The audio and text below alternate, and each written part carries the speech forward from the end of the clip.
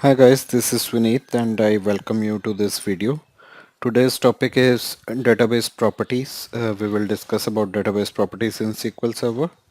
So guys, if you are new to this channel, please go ahead and subscribe to this channel. There's a subscribe button below this video. Click on that subscribe button. It will give you a bell icon. Click on that bell icon and select all notifications to get notifications regarding all my future videos. Let me give you 5 seconds to do so. Please go ahead.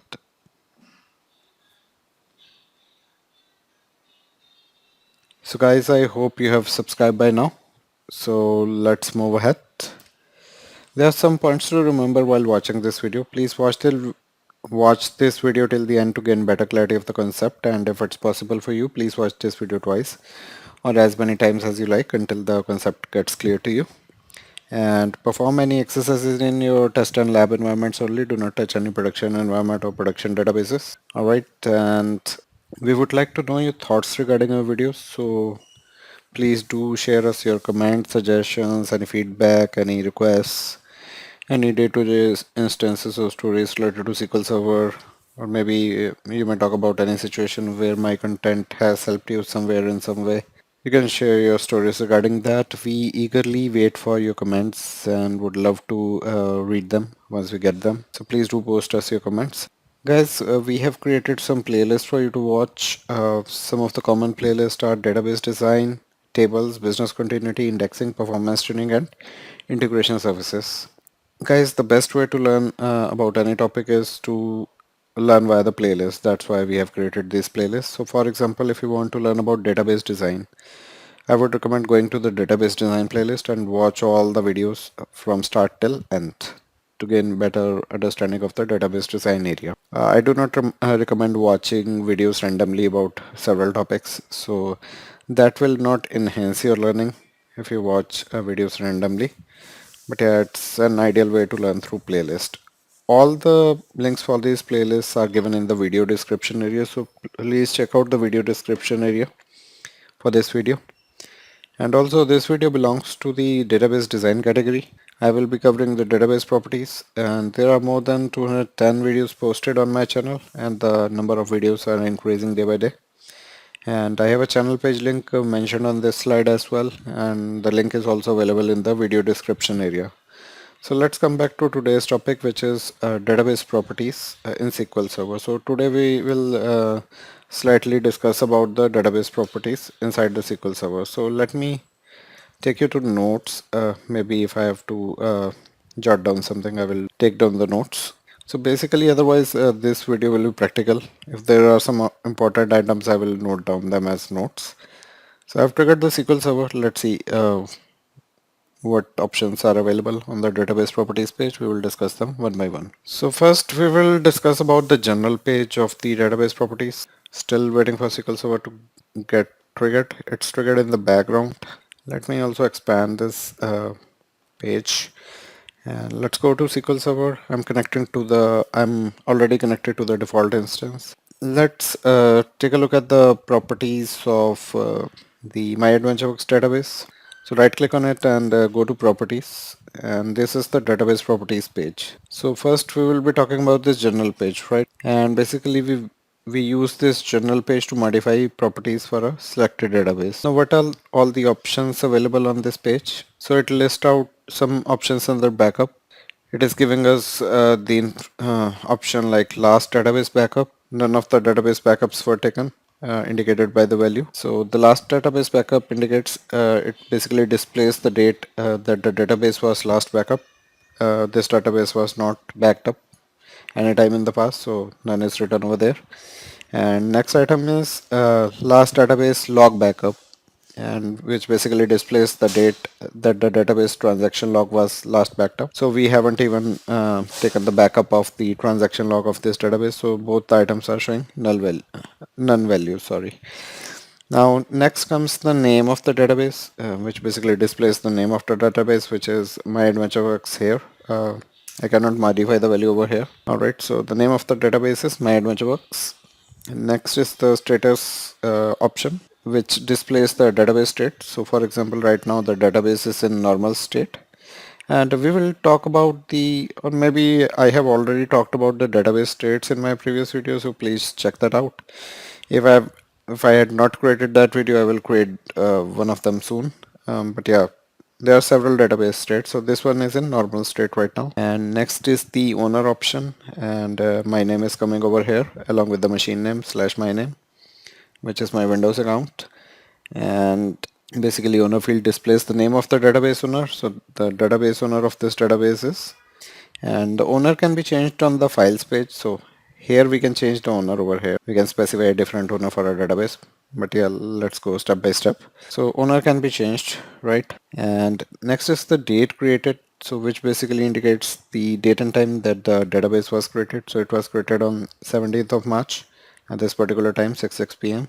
IST time. And size basically displays the size of the database in megabytes. So right now this database is holding up to 272 megabytes, and space available indicates the amount of space available in the database in megabytes. So this one has around 1.79 megabytes available inside it. That is the free space available inside the database. And next item is the number of users, which basically displays the number of users configured for the database. So the number of users configured for the database is 4. And let's talk about the collation name. So under maintenance, we will see the collation option. So collation is SQL Latin 1 General CP1 CIAS is the collation. And the collation can be changed on the options page, which is here. Here we can change the collation. But I don't want to right now. So this must be, so yeah, collation can be changed from here. But I don't want to right now. So our general page is over. We have almost discussed all of the options. Now let's discuss on the file page, which is the second item on the left hand side. Let's discuss about it or modify properties for the selected database. Right now basically we view files page to check out the files properties of this database, how many files are allocated to this particular database, and we can modify the file related properties of this database over here, right?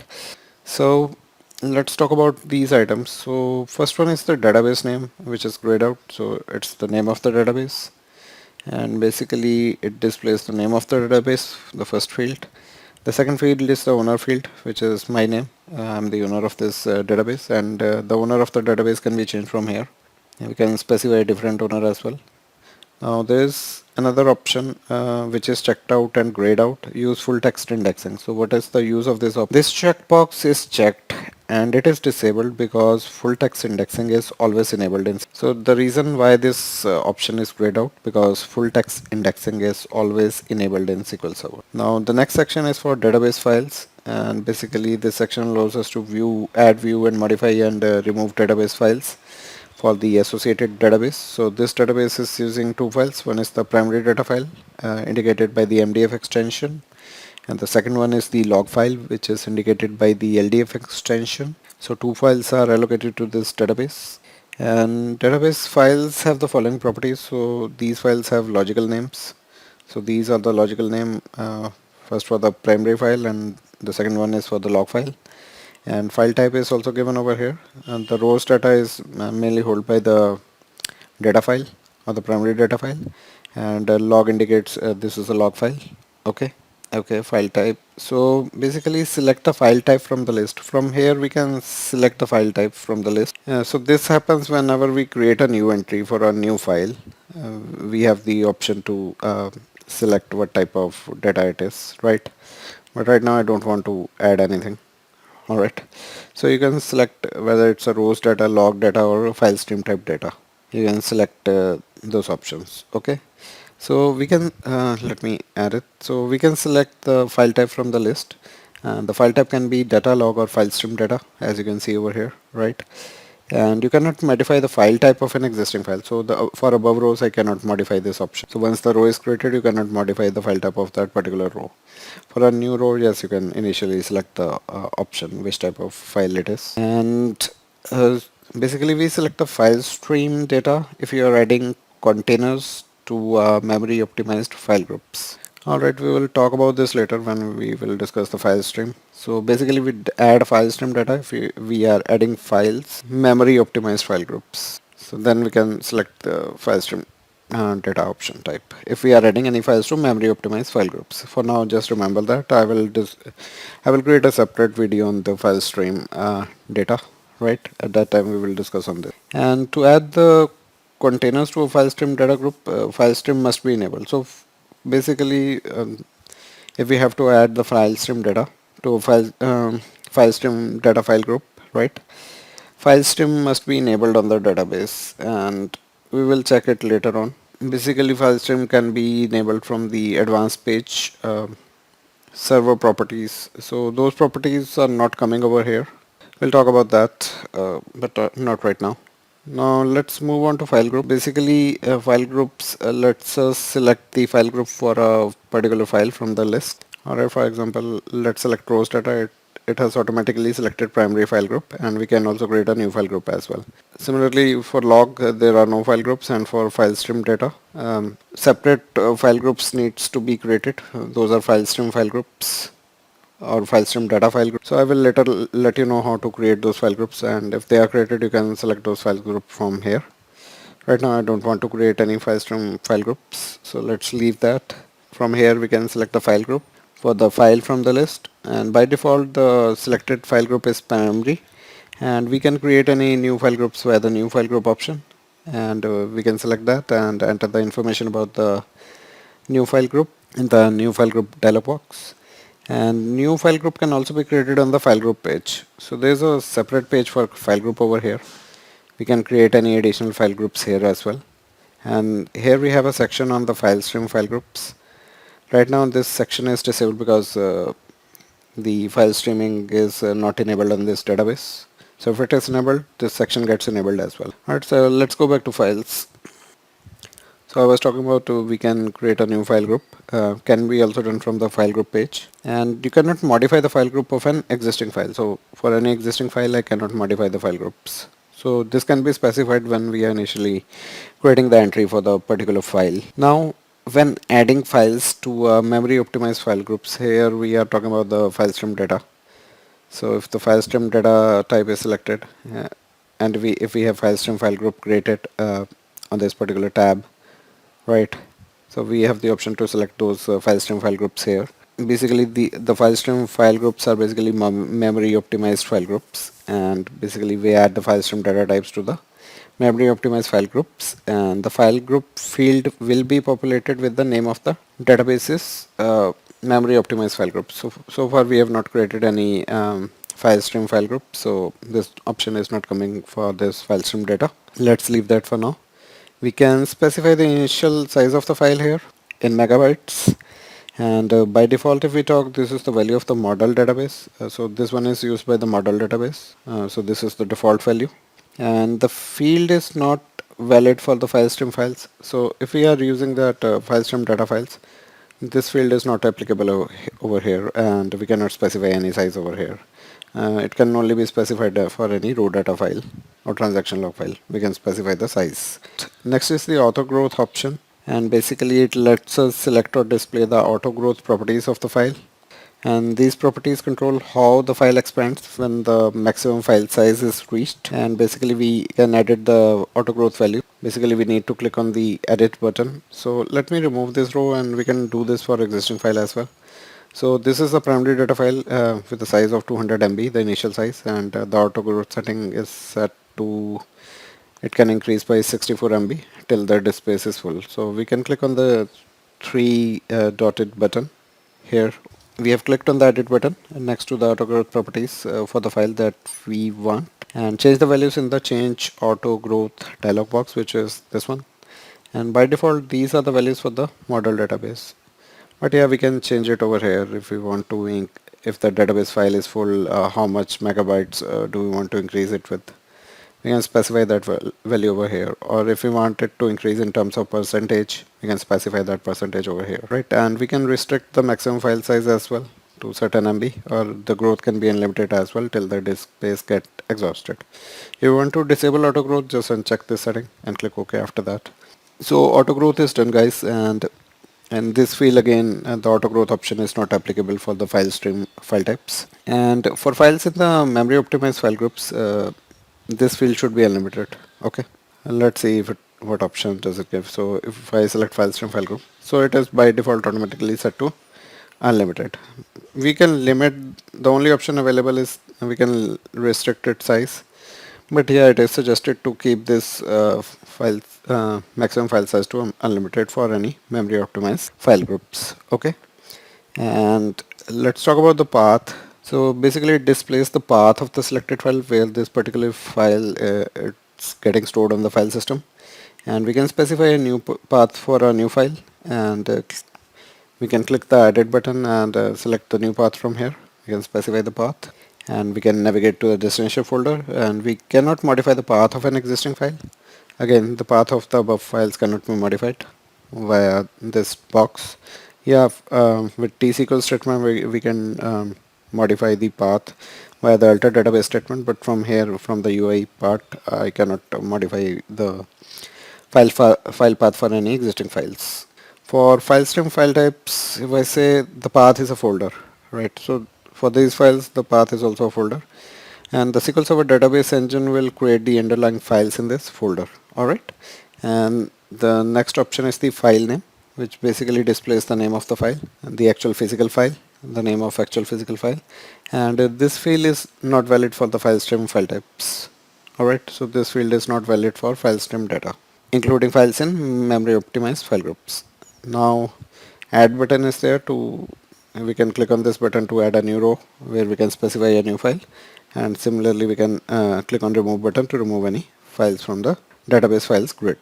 And basically remove button delete the selected file from the database. A file cannot be removed unless it is empty, so we cannot remove these files until unless they are empty. So this file contains data, so we see that the remove button is grayed out. So we cannot remove this file because these files are not empty, and any of the non-empty files cannot be removed. And the primary data file and log file cannot be removed. So again, another restriction is we cannot remove primary data file or log file. If we add any secondary files, those can be removed, but those should be empty. Unless they are empty, we cannot even remove them. The files page is also done, guys. Let me move on to file groups page to see what options are coming in there. And basically we use this file groups page to view the file groups or add a new file group. So far we have primary file group defined over here, and we can view this on this page. We can view the file groups or add any new file groups to the selected database. So we can add it like this. We can specify maybe new file group. This is the name of the file group. So we can add a new file group to the selected database, and file group types are separated into row file groups, file stream data. So this section is divided into row file groups, right? And file stream. So first one is the row file groups, then the file stream data, and then the memory optimized file groups. These three types of groups can be created. And basically the row file groups contain regular data and the log files. So these file groups are for regular data and log files. And the file stream data file groups contain file stream data files. And these data files store information about how binary large object. So let me write little bit about it. So we are aware about this rows file groups, right? It contains regular data and log files. We are sure on that, right? Yeah, let's add this file group and let's click on OK. So a new file group is created. Now let me write a little bit about the other file groups we were talking about. So the other file groups is, if we talk about, are the file stream data file groups. Let me talk about this. So file stream data file groups contains file stream data files. These data files, so what are file stream data files?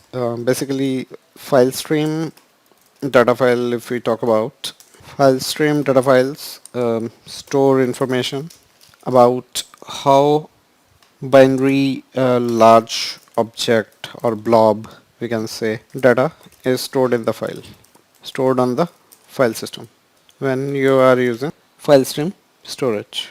So please review this definition. So basically the file stream data file groups contain the file stream data files. That statement is okay. And what are file stream data files? File stream data files basically store information about how the binary large objects data is stored on the file system. So it contains metadata about the how the binary large object data is stored on the file system when you are using the file stream storage. So for now, just remember that that should be sufficient. And the options are the same for both type of file groups, and the the option is same for both type of file groups. And if basically the file stream is not enabled, so in our case it is not enabled, right? The file stream section will not be available. So this section is not available to us as file streaming is not available. And you can enable file stream storage by using the server properties advanced page. Not sure if it is referring to this extended properties, but here we are not getting any advanced page, right? So but yeah, it can be modified using the server properties, which we can view using the transact SQL. We'll come to that later on when we will discuss on the file stream file groups later on in later videos. So do subscribe to our channels, guys, if you want to keep on getting the content updates or the timely notifications. It is very essential that you subscribe. Otherwise, you will miss on certain topic that I don't want. So let's go back to file groups, guys. So file streaming is disabled on this server, right, on this database particularly, and we can enable it as well, but right now I don't want to show you how you can enable that. For later videos, let's keep it for later videos. I think we are done, and let's talk about memory optimized file groups. And basically memory optimized file groups are required for the database to contain one or more memory optimized tables. Okay guys, let me slightly cover the options available under file stream file groups, although this section is not enabled. I will later on show you in my upcoming videos how you can enable this section and how you can add the file stream files. This section is disabled, but yeah, let me discuss some of the items in this section.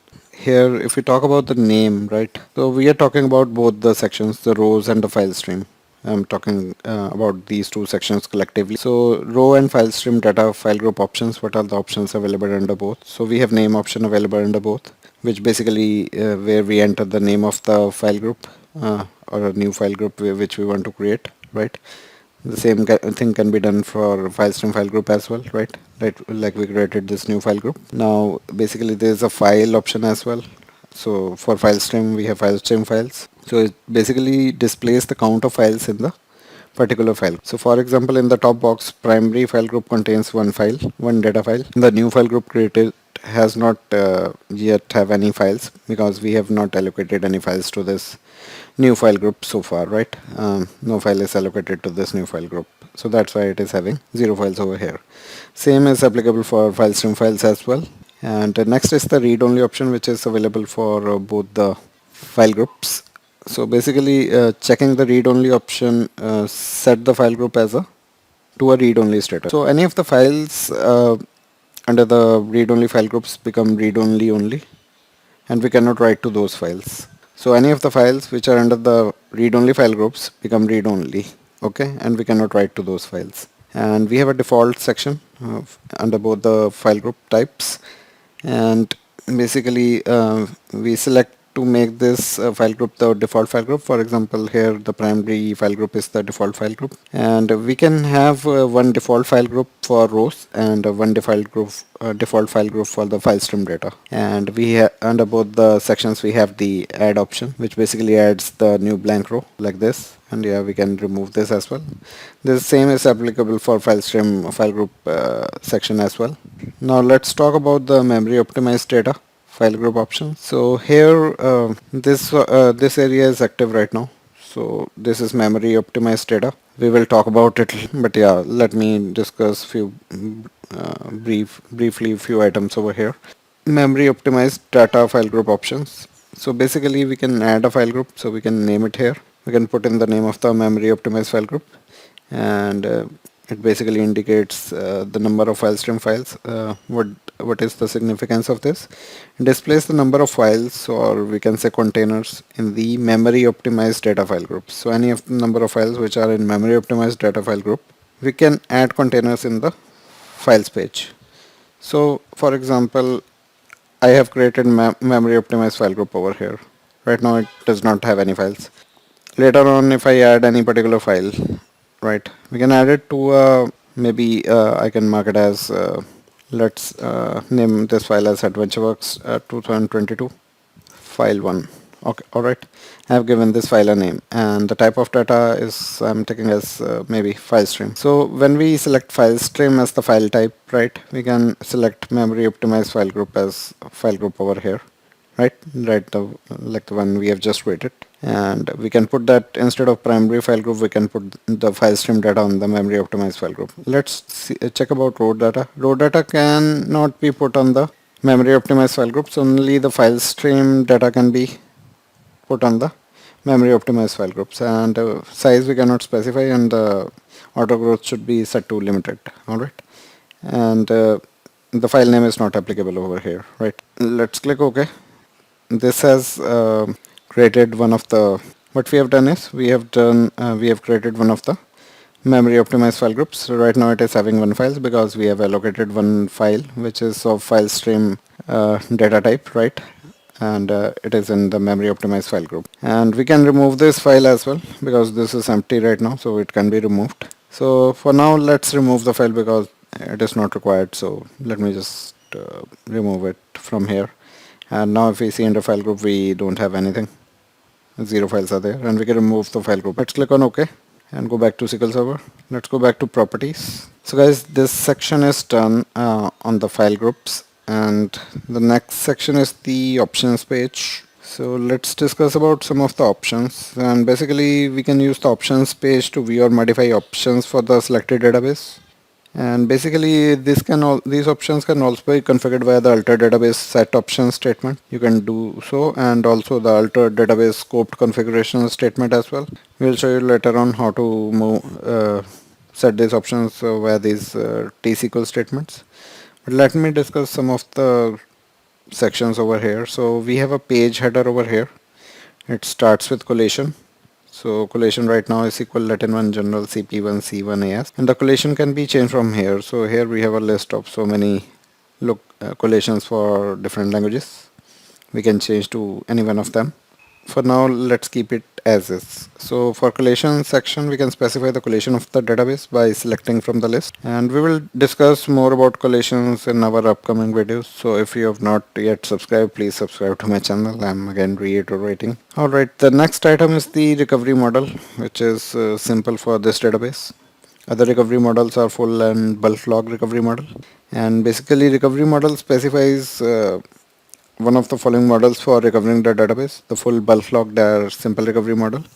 And basically this affects how the backups are being taken, how much backup information is kept. So under the simple recovery model we cannot take the transaction log backup. Each recovery model serves its own purpose, and we had discussed about these recovery models in one of our videos for backing up the databases. So please check out the business continuity playlist. There are videos on backups, and maybe you will find one of the videos on the recovery models as well. For now we are leaving this discussion till here. Now let's talk about the compatibility level, which is right now set to SQL Server 2022, which is 160 level, and we can set the compatibility level of the database here.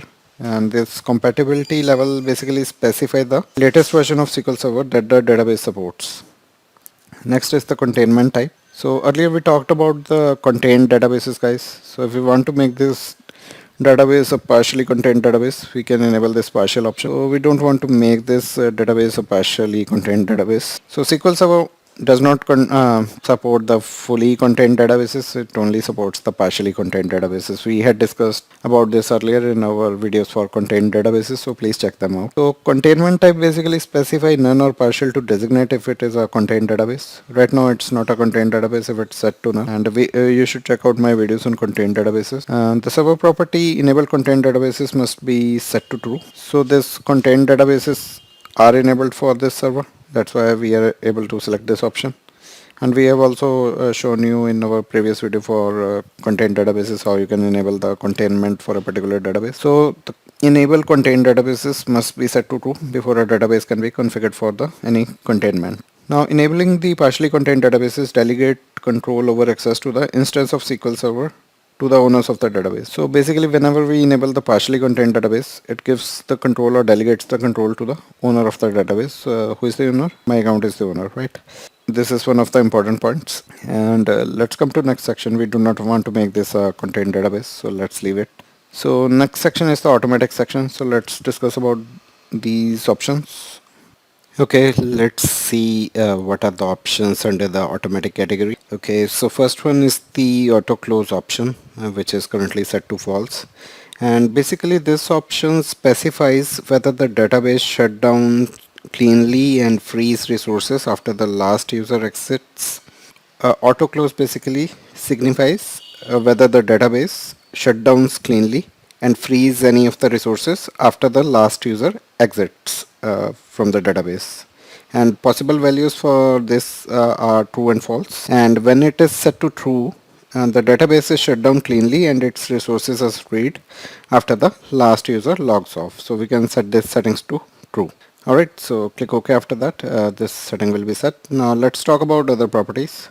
Now let's talk about the next setting, which is auto create incremental statistics, and right now it is set to false. So basically auto create incremental statistics, it specifies whether to use the incremental option when per partition statistics are created. So we will talk more about the incremental statistics in my upcoming videos on statistics. I will create a create statistics video. In that video I will discuss the incremental statistic. This option is related to that. So it basically specifies whether to use the incremental option when the per partition statistics are created. Right now let's ignore it for now. Next option is the auto create statistic, which is currently set to true. So what does that signify if it is set to true? So auto create statistics specify whether the database automatically creates missing optimization statistics. Guys, let me write down all these features, so otherwise it would be difficult for you to remember. So you may write that these features along with me. So first feature is the auto close feature. Let me mark it with the auto close. Basically signifies whether the database automatically, so it specifies whether the database shuts down cleanly and frees resources after the last user exits. Alright, so this setting signifies this. The second setting was the auto create incremental statistic, and I have not discussed much on that because I will discuss this setting when I will create a video on create statistics. So it basically this setting signifies whether to use the incremental option when per partition statistics are created. Now the next option is if we check, the next option is auto create statistics. So basically what auto create statistics specify, right now it is set to true. Let me write it down. And what does it basically signifies? And basically it signifies whether the database automatically creates any missing optimization statistics. So in our case, our database will create the optimization statistics on its own, as this setting is currently set to true. So database will create optimization statistics on its own. And possible values for this is true and false. These are the only two options available. And when it is set to true, any missing statistics needed by the query for optimization. So let me write that down as well. When this setting is set to true, what happens at that time? So at that time, if it is set to true, any missing statistics needed by a query for optimization are automatically, so these statistics are automatically built during the optimization phase. So this is what we mean by the auto create statistics. If it is required by the query, if this setting is set to on, the system will automatically create the missing statistics. Next setting is auto shrink, which basically specifies whether the database files are available for periodic shrinking, and possible values are true and false. So we have already discussed about it in the shrink a database video, I think so. If not, we will discuss about it later. So database files, if this setting is turned to on, the database files will be available for the periodic automatic periodic shrinking if you set this setting to true.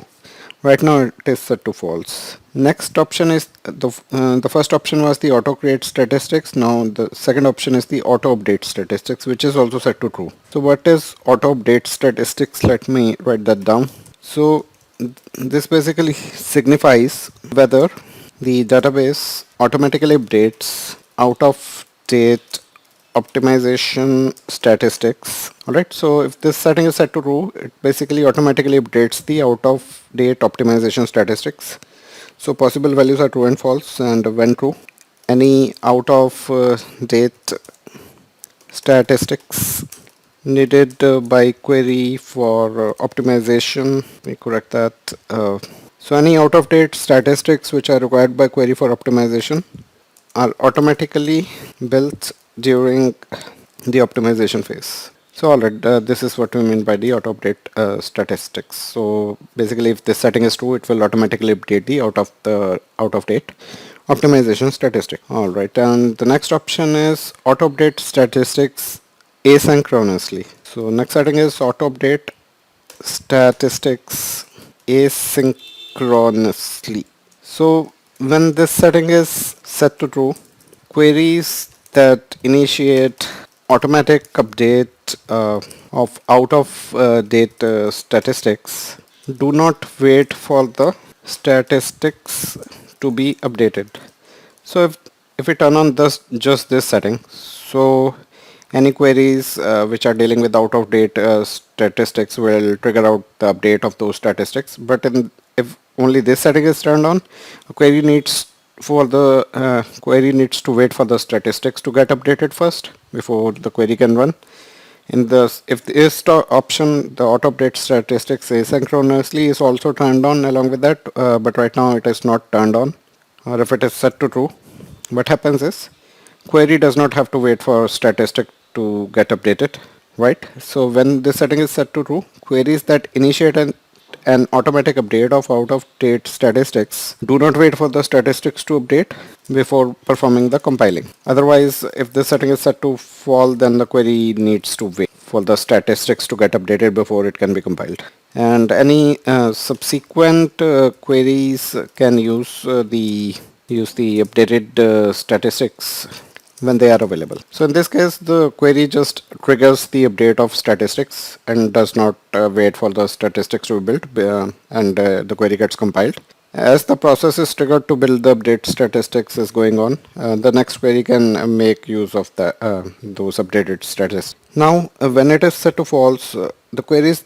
So let's talk about the situation when this setting is set to false. So what happens in that scenario? So queries that initiate automatic automatic update of out of date statistics wait until the so these queries wait until the updated statistics can be used in the query optimization plan. So in this case, the query waits for the statistics to build and cannot compile before that. And basically, setting this option to true does not have any effect until unless auto update statistics option is turned on. So this setting is required to be turned on if you want to reap any benefits of this particular setting. Okay, now let's see what can we do. Let's talk about the containment section now. It is related to the contained database, and all of the options are currently grayed out if we see, and I cannot change these settings. So in a contained database, some settings usually configured at the server level can be configured at the database level as well. But here it is not giving me any options to change any containment settings at the database level. So let's see what the containment settings at the server level. Do we have any containment settings at the server level? Don't know where those settings are. I'm not sure. You need to watch the video on containment. I had created one prior to that, so please watch out that if you want to see where the settings related to containment are. So those are set by, I think, the transact SQL statements and not through the UI, if I remember. You may watch out that video to be precise. For now, so in server settings, let me see if we have any settings related to containment. Connection settings, the database settings is there, advanced settings is there. So yeah, here we can enable the contained databases. If you see the advanced settings, the contained databases is set to true. file stream is basically disabled in this server. This is also one of the settings which can be enabled at server level. So containment is enabled at the server level, and we can set it to false as well. Let's see what effect does it have. So if I go to my AdventureWorks properties now, let's see, we go to options. Right now you can see containment type is still available. So we can still, even though the containment is not set at the server level, we can set the containment at the database level, right? And we were checking the settings of containment. These are not yet enabled because I think containment type is set to null. If we set it to partial, these settings get triggered.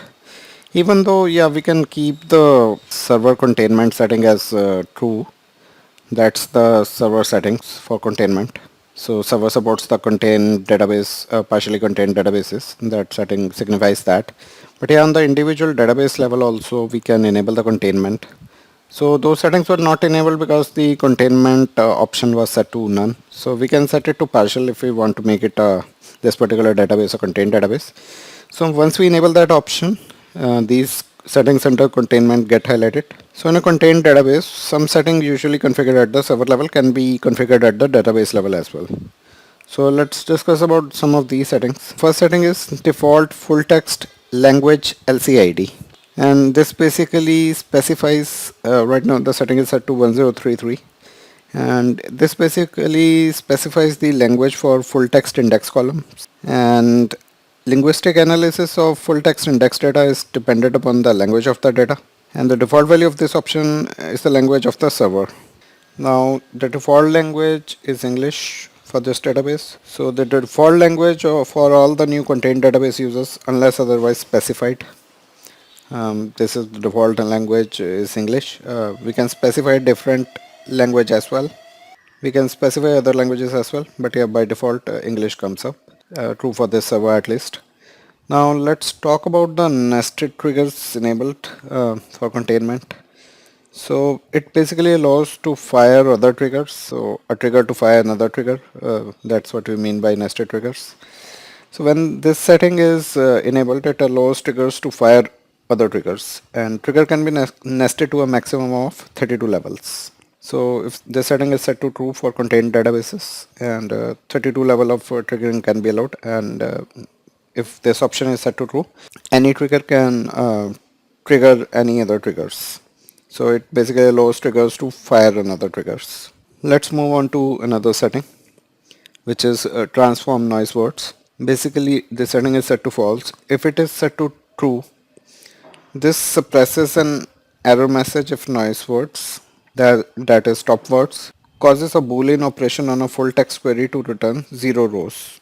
Okay, so if this setting, which is transform noise words, it basically what it does is it suppresses an error message if there are some noise words in that error message, which are also called stop words. And basically this setting causes the boolean operation on a full text query to return 0 rows. So that may be a little complex for you, so we will talk about this setting by an example later on. So for now let's leave it. Now the another setting for contained database is 2-digit year cutoff. So it is set to 2049. So basically what does it indicate? 2-digit year cutoff. It indicates the highest year number that can be entered as a 2-digit year. So for example, for 2-digit year, the higher number can be entered as 49. Okay, as per 2049. The highest 2-digit year number that we can enter is 49 only. So what this setting indicates is, this setting indicates the highest year number that can be entered as a 2-digit year. The year listed and the previous 99 years can be entered as a 2-digit year. So the year listed, which is 2049, and the previous 99 years can be entered as 2-digit year. So you can say 2049 minus 99, you can take up to that. So it would be something like 1949 and above, right? So all the other year must be entered as 4-digit year. So only this setting minus 99 years can be added as 2-digit year. Otherwise all the years other than that should be added as 4-digit year. For example, the default setting of 2049, which is right now, indicates that the date entered as 3/14/49, right? So if we enter March 14 and just 49 if we mentioned as year, will be interpreted as March 14, 2049, and the date entered as 3/14/50 will be interpreted as March 14, 1950. Alright, now this section is done. Let me disable the containment. I don't want this database to be contained. And let's click OK, and we will again launch the properties dialog box, and we'll cover the cursor section. So again, I started getting the errors. So it is saying the lock could not be placed under database. Maybe the query is opened in the background. Maybe that's why. So let's close off the query. I don't want to save it, and yeah, let's try to save the setting. Now it will be able to do so. So it is still saying the same thing. Okay, it is finally executed, and let me go back to the SQL Server. I think I should be able to open without any error message properties. Don't know why it was giving the error message, but yeah, I can see the options coming smoothly, and the owner of the database is SA, and options can be clicked OK on that, and yeah, I can successfully open them. Now let's move on to next section under options, so which is the cursor section. Automatic is done, containment is done. Now let's talk about the cursor. So we will talk about cursors in our upcoming videos. We will cover cursors. So stay tuned. If you have not subscribed, please subscribe to my channel, guys. It's very much essential. There is a subscribe button below the video. Click on that subscribe button to subscribe to my channel. Alright, please go ahead and do so. Let me discuss on cursor now. The first setting under cursor section is close cursor on commit enabled, which is currently set to false. And basically this specifies whether cursors close after the transaction opening the cursor has committed. So right now it is set to false. So cursor does not get closed automatically once your transaction is committed if setting is set to false. If it is set to true, yeah, your cursors will close automatically after the commit after your transaction is committed. Your cursor will get closed, and possible values are true and false. And when true, any cursors that are opened with the transactions is committed or rollback are closed. If it is set to true, any cursors that are open when a transaction is committed or rolled back gets closed automatically. And when this setting is set to false, which is right now, such cursors remain open when a transaction is committed. Even the transaction is committed, if the setting is set to false, the cursors will remain open. When false, rolling back a transaction closes any cursors except those defined as insensitive or static. Alright, so in case if this setting is set to fall and if there is a rollback of transaction, it will close any cursors except the ones with the that are defined as insensitive or static cursors. Those will not get closed automatically. We will talk about this setting later, but yeah, this setting can be set from here as well. And the second setting is the default cursor, and which basically specify cursor default behavior, and which is set to global. Other options are local. So cursor default behavior is global. So when it is set to true, cursor declaration default to local, and when false, so true and false is not available here, so we can explicitly specify local and global here. That's up to you. What do you want to specify? We'll talk about these settings later. I don't want to discuss them in much detail here because I will cover a specific video on that whenever we start talking about the cursors, and we will do some practicals on that as well.